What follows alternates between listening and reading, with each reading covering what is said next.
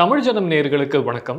Russia கிட்ட India எரிபொருள் வாங்கிட்டு இருக்கு அப்படின்றது நம்ம எல்லாருக்குமே தெரியும். அதற்காக அமெரிக்கா இந்தியா மேல கிட்டத்தட்ட 50% வரியை விதிச்சிருக்கு. இதுல நாம கவனிக்க வேண்டியது என்ன அப்படின்னு சொன்னா, அமெரிக்காவோட நெருங்கின பார்ட்னரா இருக்கக்கூடியது தான் யூரோப்பியன் யூனியன்.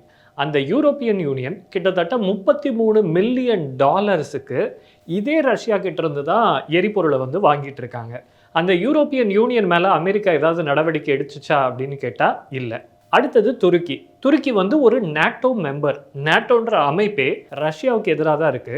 அந்த நேட்டோல மெம்பரா இருக்கக்கூடிய துருக்கி 44 மில்லியனுக்கு ரஷ்யா கிட்ட இருந்து எரிபொருளை வாங்கிட்டு இருக்காங்க. அவங்க மேல அமெரிக்கா ஏதாவது நடவடிக்கை எடுத்துச்சா இல்ல. சரி, அடுத்தது சீனாவுக்கு வருவோம். சீனா ரஷ்யா கிட்ட இருந்து மட்டும் எரிபொருள் வாங்கல, ஈரான் கிட்ட இருந்தும் எரிபொருளை அவங்க வாங்கிட்டு இருக்காங்க. இத்தனைக்கும் ஈரானோட எரிபொருள் அப்படின்றது இன்டர்நேஷனல் மார்க்கெட்ல பேன் செய்யப்பட்ட ஒன்று அப்படின்னு சொல்லப்படுது. அப்படிப்பட்ட சீனா மேல அமெரிக்கா ஏதாவது நடவடிக்கை எடுத்துச்சா அப்படின்னு கேட்டா, சீனாவுக்கு டாரிஃப் ரைஸ் பண்ணாங்க. ஆனா அவர்களுக்கு 90 நாட்கள் விலக்கும் கொடுத்திருக்காங்க. ரஷ்யா கிட்ட பெட்ரோல் வாங்காதன்னு இந்தியாவை பார்த்து சொல்ற இதே அமெரிக்கா தான் டன் கணக்கில் யுரேனியத்தை ரஷ்யா கிட்ட இருந்து இன்னும் இறக்குமதி பண்ணிட்டு இருக்காங்க. இப்படி உலகம் ஃபுல்லா அமெரிக்கா உட்பட ரஷ்யாவோட தொடர்ந்து வர்த்தகத்தில் ஈடுபட்டுக்கிட்டு இருக்கிற நிலையில இந்தியாவுக்கு மட்டும் ஏன் ட்ரம்ப் இந்த வரியை விதிக்கணும்? இதுதான் எல்லார் மத்தியிலையும் எழுந்திருக்கிற கேள்வியா இருக்கு. இதற்கு ஒரே பதில், இது ரஷ்யா உக்ரைன் போர் சம்பந்தமானது கிடையாது, ட்ரம்போட சுயநலம் தான் இதுக்கு காரணம் அப்படின்றது தான் விஷயம். அது என்னன்னு தெரிஞ்சுக்கிறதுக்கு முன்னாடி தமிழ் ஜனம் சேனலை சப்ஸ்கிரைப் பண்ணாதவங்க உடனே சப்ஸ்கிரைப் பண்ணுங்க. Welcome to beyond headlines.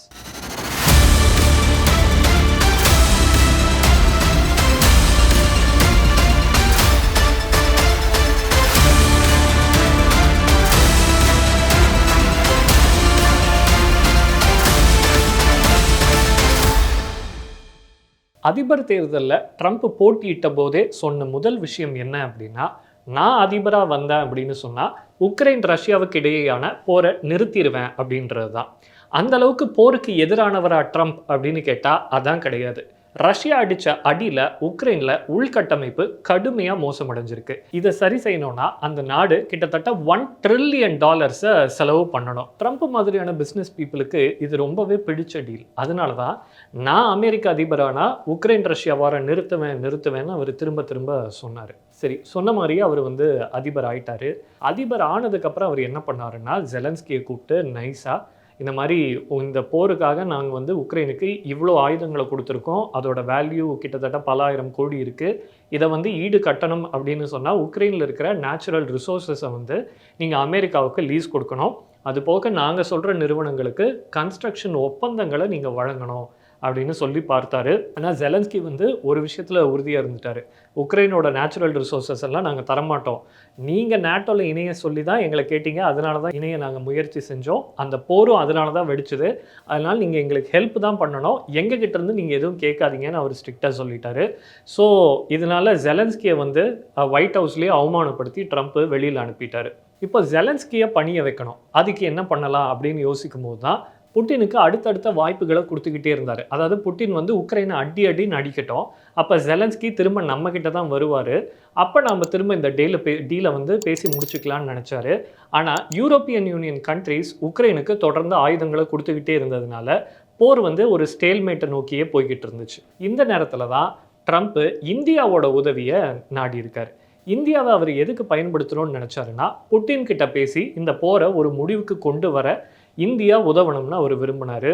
ஆனால் பிற நாட்டு விஷயங்களில் நாங்கள் தலையிட மாட்டோம் அப்படின்றத இந்தியா ரொம்ப தெளிவாகவே அமெரிக்காவுக்கு சொல்லிடுச்சு. இதனால ட்ரம்ப் கண்ணு வச்ச அந்த $1 ட்ரில்லியன் டீல் அப்படின்றது டீலாகவே இன்னும் இருக்குது, அது ஃபைனலைஸே ஆகலை. இந்தியா மேலே ட்ரம்ப்புக்கு ஏற்பட்ட கோபத்துக்கு இது முதல் காரணம். அடுத்தது என்ன காரணம் அப்படின்னு சொன்னால், அமெரிக்கா ரொம்ப நாளாகவே இந்தியாவோட அக்ரிகல்ச்சரல் மார்க்கெட்டை கேப்சர் பண்ணணும் அப்படின்னு நினைக்குது. இந்தியா அக்ரிகல்ச்சரில் இப்போ தன்னிறைவு பெற்ற ஒரு நாடு.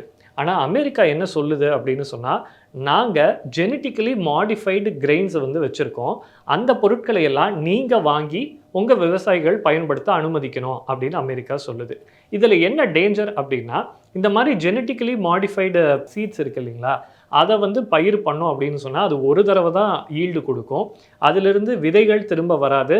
அப்படியே விதைகள் வந்தாலும் அதை விதைச்சா அது திரும்ப செடியாக நமக்கு கிடைக்காது. ஸோ அப்போ என்னன்னா, ஒவ்வொரு தடவையும் நாம் விதைகளை அமெரிக்கா கிட்டேருந்து வாங்க வேண்டிய சூழ்நிலை ஏற்படும். திடீர்னு அமெரிக்கா வந்து விலையை அதிகப்படுத்திடுச்சு அப்படின்னு சொன்னால் நம்முடைய சிறு குறு விவசாயிகளை அது கடுமையாக பாதிக்கும். இது நம்ம விவசாயிகளை பாதிக்கக்கூடிய ஒரு விஷயம்ன்றதுனால இந்தியாவும் அமெரிக்காவோட இந்த டீலுக்கு ஒத்து வரலை. இதுவும் அமெரிக்காவுக்கு கடுமையான கோபத்தை இந்தியா மேலே ஏற்படுத்தியிருக்கு. அடுத்ததா இந்தியாவை கிரிப்டோ கரன்சி எக்கனாமிக்குள்ள கொண்டு வரணும் அப்படின்னு நினைச்சாரு ட்ரம்ப். காரணம் என்ன அப்படின்னு சொன்னா, வேர்ல்ட் லிபர்ட்டி ஃபினான்ஷியல் அப்படின்ற ஒரு கிரிப்டோ கரன்சி நிறுவனம் ஒன்று இருக்கு. அந்த நிறுவனத்தோட 60% ஷேர்ஸ் யார்கிட்ட இருக்கு அப்படின்னா ட்ரம்ப்போட ஃபேமிலி கிட்ட இருக்கு. இதனால கிரிப்டோ கரன்சியை மையப்படுத்தின ஒரு மார்க்கெட்டை பெரிய அளவில் உருவாக்கணும் அப்படின்றது ட்ரம்ப்போட ஆசை. இதனால ஒவ்வொரு உலக நாட்டுக்கிட்டையும் கிரிப்டோ கரன்சி சொந்தமான ஒரு எக்கனாமியை உருவாக்குற முயற்சியில் தீவிரமாக ஈடுபட்டுக்கிட்டு இருக்காரு. இந்தியா கிட்டேயும் இந்த ப்ரப்போசலை அமெரிக்கா முன் வச்சதா சொல்லப்படுது. ஆனால் கிரிப்டோ கரன்சியை ஆரம்பத்திலிருந்து இந்தியா ஏற்றுக்கல. காரணம் என்ன அப்படின்னு சொன்னால், இது வந்து இந்தியன் எக்கனாமிக்கு பேரலாக ஒரு ஷேடோ எக்கனாமியை உருவாக்கிடும். கிரிப்டோ கரன்சியை மையப்படுத்தி அமெரிக்கா இருக்கிறதுனால அவங்க நினச்சா இந்தியாவோட எக்கனாமியை எப்போ வேணாலும் ஷேட்டர் பண்ண முடியுன்ற சூழ்நிலை இருக்குது. அப்படின்றதுனால கிரிப்டோ கரன்சி டீலுக்கும் இந்தியா ஒத்துப்போகலை. இந்தியாவை பயன்படுத்தி கிரிப்டோ கரன்சியில் பெரிய ஆளாக நம்மளால் வர முடியலன்ற கோபமும் ட்ரம்ப்பை கடுமையாக பாதிச்சிருக்கு. எல்லாத்துக்கும் மேலே ஏற்கனவே அமெரிக்காவில் விலைவாசி உயர்ந்துக்கிட்டே வருது. அவர்களுடைய பொருளாதாரம் மோசமான நிலையில் இருக்குது. அவர்களுடைய பொருளாதார அளவை விட அவர்களுடைய கடன் அளவு அதிகமாக இருக்குது. இதையெல்லாம் நான் சீர் செய்வேன் அப்படின்னு சொல்லி தான் ட்ரம்ப் வந்து அதிபரானார். ஆனால் அவர் சொன்னதில் ஒரு விஷயத்தை கூட இதுவரைக்கும் அவரால் செய்ய முடியல. இதனால் அமெரிக்காவில் ட்ரம்ப்புக்கு எதிரான ஒரு மனோபாவம் நாளுக்கு நாள் அதிகமாயிட்டே போகுது. ஸோ இந்த வன்மம் எல்லாம் ட்ரம்ப்புக்குள்ளே இருக்குது. அந்த வன்மத்தை தான் டேரிஃப் அப்படின்ற பேரில் இந்தியா மேலே ட்ரம்ப் திணிச்சிருக்காரு.